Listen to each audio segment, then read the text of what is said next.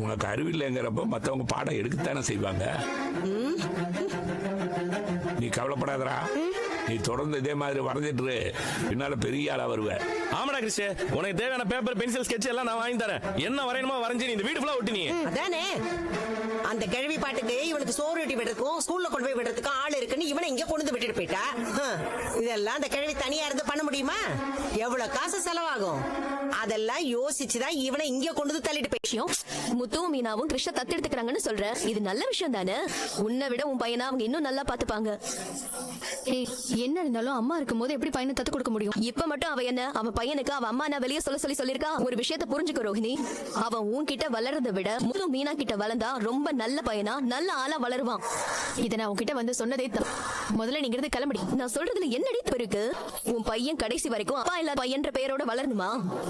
நீ உன்னை பத்தி மட்டுமே யோசிக்காத ரோஹிணி, அவனை பத்தியும் கொஞ்சம் யோசி. வித்யா, அதனால தானே அவ வீட்டுல கூட்டிட்டு போய் பாத்துக்கிறேன்னு சொல்றா. ஒரு நாள் உண்மையை சொல்லதானே போறா. பரவாயில்லமா, நீ அவளை நம்புற பாரு. கொஞ்ச நாள் போனதுக்கு அப்புறம் நீயும் என் மூடுக்கு தான் வருவ. ஏய் சுமாரடி. ரோஹிணி, அவங்க தத்தெடுக்கிறேன்னு சொல்றாங்க, நீ என்ன முடிவு பண்ணிருக்க? அதுதாண்டி எனக்கு ஒண்ணுமே புரியல.